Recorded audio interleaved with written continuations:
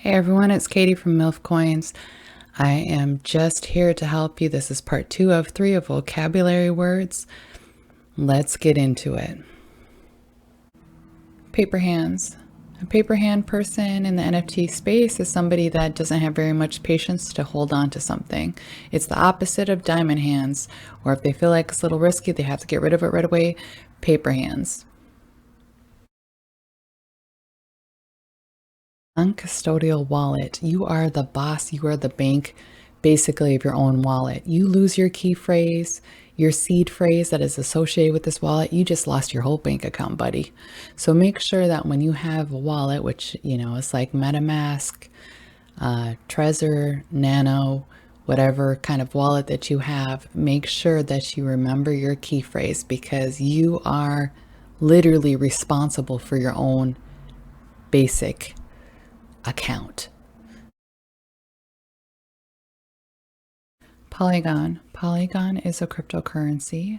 It's a cheaper, faster way of using your NFT project as a cryptocurrency. It's not as widely used as Ethereum, but Polygon is a cryptocurrency that people use to help with gas fees, things like that. Some scams are a little bit more known to be on the Polygon network simply because of dropping free airdrops, things like that. So that's something to be aware of on the Polygon network. Proof of stake. This is where the miners are staking, aka putting in their own money ahead of time, just to try to be the first one to solve the equation in whatever of the transactions. All around the world, these miners are competing, staking, putting in money ahead of time to be in this pool where they can get this algorithm that basically just comes through, and the first computer to actually break it is the one that wins. Proof of staking happens. It's different. It's a different concept. It's less gas. A lot of things are going to be transferring over to proof of staking, but that's proof of staking in a nutshell. And dump. Okay, this is just cruel. This is a cruel thing that happens in the NFT space. This is where big investors go in and buy up an NFT collection, or a group of big investors go and buy up an NFT collection, jack up the price of something, and then dump it, get rid of it, sell it off right away at around the same time, leaving those other people who are just investing this a little bit here or there, just with the value just appreciated that fast. Buying in, these big investors buying in, buying it all, selling it really high, and then just dipping out. Just pumped up the whole entire thing, dumped it out, just left everyone else hurting from it. It's cruel. Pump and dump that's what happens when you see a project being pumped and dumped. A roadmap. A roadmap in a project is usually like the business plan, the activities, what the project is going to be working on, what the project is doing, what the project is going to be doing in the future. So it's almost like a business plan. I like to think of it like that, but a roadmap can tell you a lot about the activities and things going on inside of the project itself, even including incentives, including whatever kind of value, whatever kind of future thing that they plan on doing, just in general. Usually could find it in a roadmap of a project. Royalties and NFT project, where royalties come from secondary and so forth sales. Now, every marketplace is different on what kind of royalties you can have and how it's set up with your smart contract. But royalties, let's say on OpenSea, is at max 10%, where other marketplaces, and I'll do a whole video on marketplaces and some of the royalties to be set with that. But royalties in general is the percentage that you can get from the additional sales, secondary, third, fourth, fifth, sixth, and so on sales that you can get from that actual particular NFT that you have placed for sale that was bought, blah, blah, blah. So royalties can be set up that way. You can set up no royalties, but in many cases, people set up royalty fees for each time that it resells. Public key or public wallet address. This is scary for people first getting into the NFT space in general, because this is long, like letters and numbers that are associated to your public key or public wallet address, that you think that people are not supposed to have this information, this really long numbers and letters. But actually it is what makes the blockchain beautiful. And the fact that it's transparent, where people can see what kind of NFTs that you have. They can tracks your spending. They can track what you bought with this wallet address. This really makes the blockchain amazing because it's very transparent. People can't hide what they bought. With a certain, if they're looking up a certain wallet, they can verify you from that wallet. You can have multiple wallets, but a whole nother story. But a public key or a public wallet address, this is something everybody and anybody can look at and see transactions on. Proof of work is currently one of the main ways miners verify information on the blockchain. So when something goes out, some information and data goes out, and it needs to be validated. It needs to be, this crazy complex equation needs to be solved. It gets sent out to computers all over the place. And the first computer to actually solve this receives a reward for doing this. Proof of work is then where the problem is, or the equation is solved by one computer. It's validated by multiple computers. When it is verified that it's true and accurate and correct information, and everything connected to it is true and correct, then the miner itself is rewarded.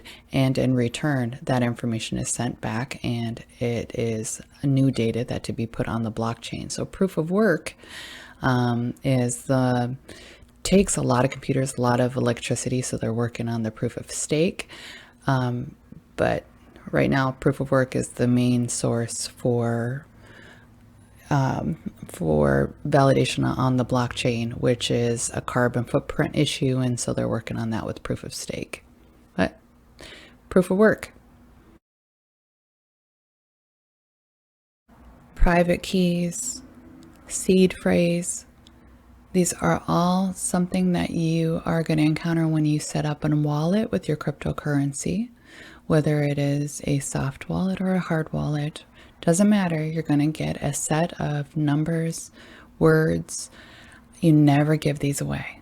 This is something that you don't share with anybody. There should be no site wanting to connect and get this information. If there is, you better be 110% sure that you want to trust the site to authorize to have access to this, which you shouldn't be given access to anybody. Just to be safe, you shouldn't be given access and connecting your wallet and entering in this information with any other particular wallet other than your actual wallet. No other website should have this kind of information. That's how a lot of scams happen. But this key phrase, seed phrase, something you write down, don't leave it on your computer. That's advice that I'm going to give you regarding a key phrase, private keys, seed phrase, all the same thing. This is a amount of information, letters, numbers, whatever, that are in some sort of sequence related to your actual wallet. Once you lose that, or once this gets hacked, anybody can come in and drain your actual wallet. So always keep this offline, somewhere safe.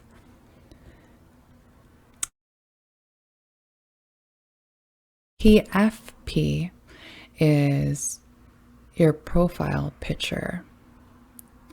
So a lot of people use this for Twitter, for Discord, for any of their social media sites where they have an NFT as their profile picture. That's a PFP. Play to earn. Play to earn is a way for gamers or people gaming to get incentivized by tokens or assets inside of a game, to win stuff inside of a game. to get points, to get whatever, tokens, something worth money, play to earn. Oracle. Oracle is a code that is implemented with a smart contract to provide outside external information from the blockchain. NFT, a non-fungible token. This is unique, one-of-a-kind crypto asset. Multisig. A multisig is a multi-signature wallet. These are common when you have a DAO, some transactions that need multiple signatures to it. Mods. Mods are moderators. They usually oversee, they're kind of like the HR of whatever project on Discord, Twitter Spaces, other social media. They monitor basically and make sure that things are running smoothly and spam stuff is not going through, things like that. Mods are moderators. Mining is these computers that are solving these really complex equations to add this data on the blockchain.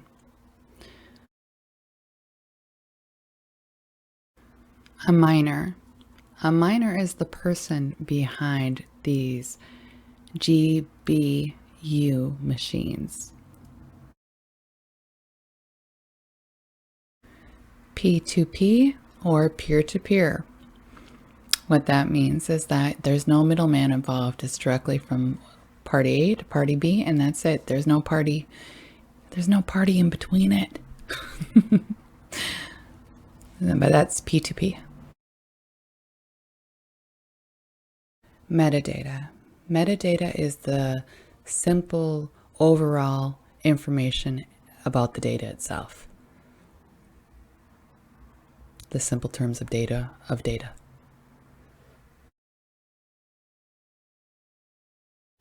Liquidity means that you can turn some sort of coin into cash or other coins.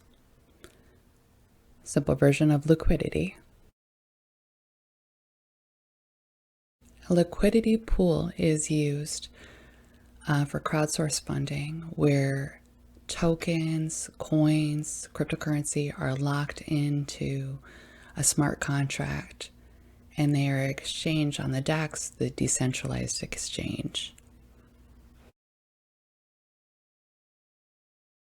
KYC, know your customer. So the explanation on this next part will help you on understanding some of the protocols on KYC. Know your customer. IPFS, InterPlanetary Filing System. This right here is a decentralized way of storing your data versus the normal way that people would do it right now currently on just one website. This is a peer-to-peer kind of filing system. So if, say, your website goes down right now, all the data could be lost, where this is a more decentralized way of filing your information on the web.